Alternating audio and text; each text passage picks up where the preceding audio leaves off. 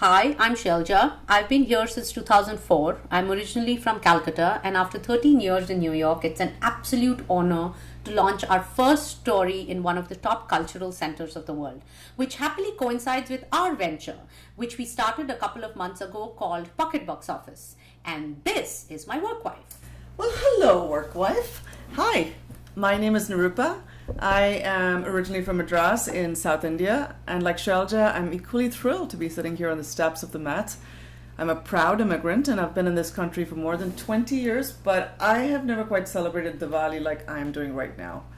This particular Diwali marks the auspicious beginning of a new partnership for both of us, and I'm super excited.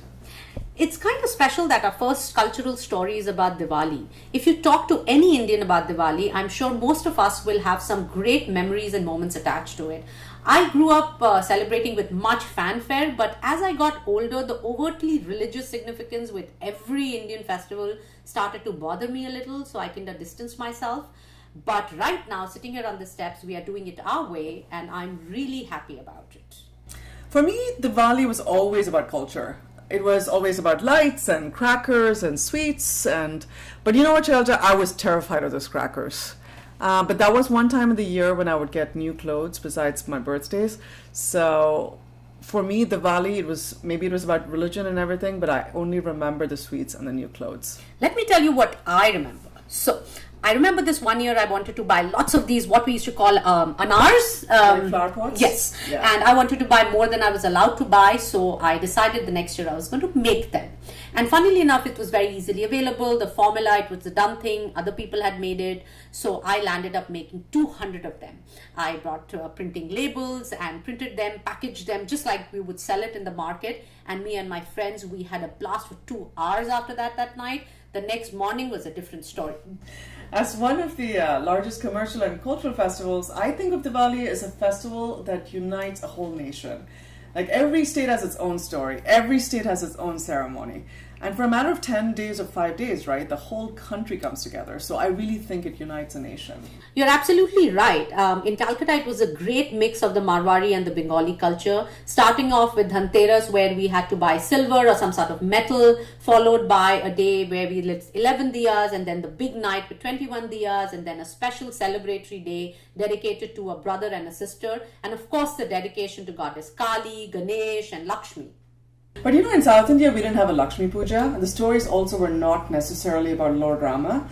It was more about the slaying of this demon called Narakasura by Krishna, right? Who's also a fun and a flirtatious god. Okay, Krishna story next time. Okay then. But in all honesty though, the South Indians never knew how to have fun like the North Indians. All I remember is like my mother would wake me up at 4 in the morning and ask me to go and take a bath before I burst any crackers. Does that sound like any fun to you? We used to sleep at 4 a.m. So here we are actually celebrating my way, where we are sitting here at 4 in the morning, awake through the night, and instead of actually bursting crackers, we are sitting in places which we are lit so that we can talk about Diwali. Well, it took a North Indian apparently to bring some fun out of a South Indian.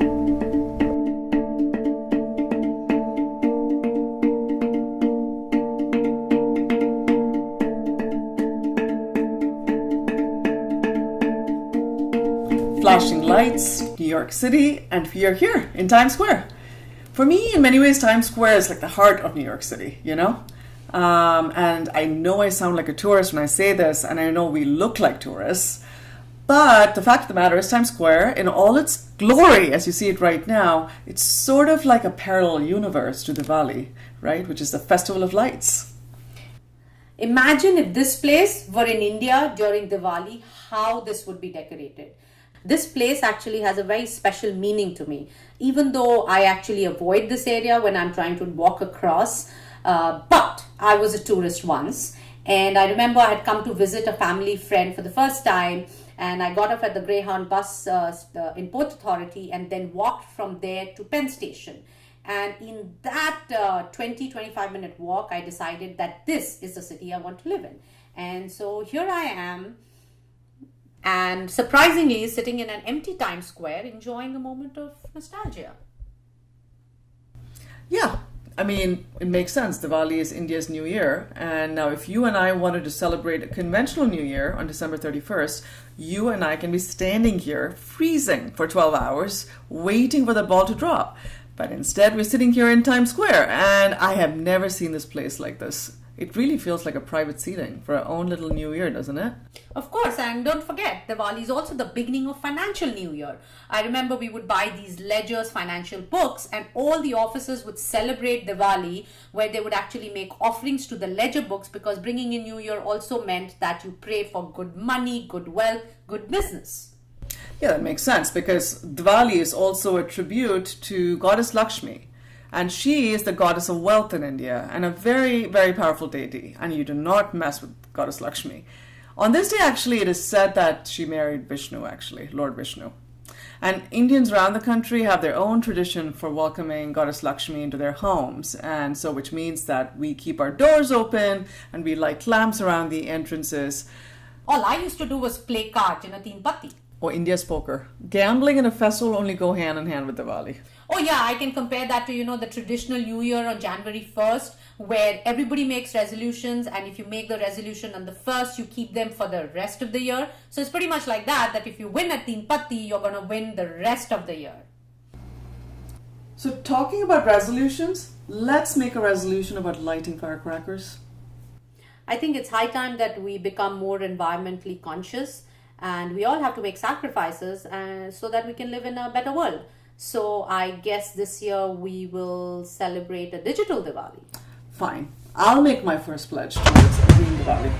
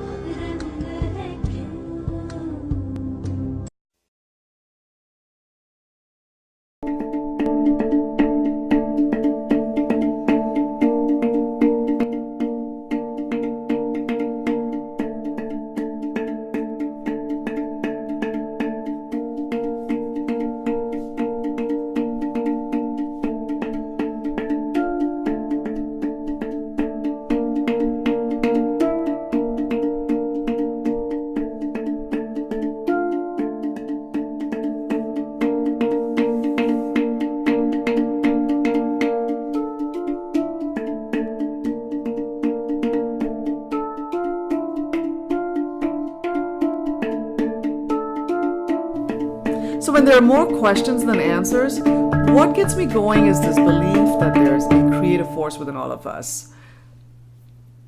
And festivals like Diwali and cultural occasions, they bring people together. And they're great reminders of courage and resilience that shines within all of us and in the power of community. So this Diwali, I'm celebrating your community, my community, and our community. And because we're such good Indians, I'm going to say we are for culture. And I grew up with Bollywood, so the only option I give myself is that in spite of all, everything will be all right. And a friend of mine who I worked with for a very long time has said it very aptly in one of his movies. कि हमारी फिल्मों की तरह हमारी जिंदगी में भी and में सब ठीक हो जाता है. हैप्पीज एंडिंग्स. और अगर ठीक ना हो तो वो दी एंड नहीं है दोस्तों. पिक्चर अभी बाकी है.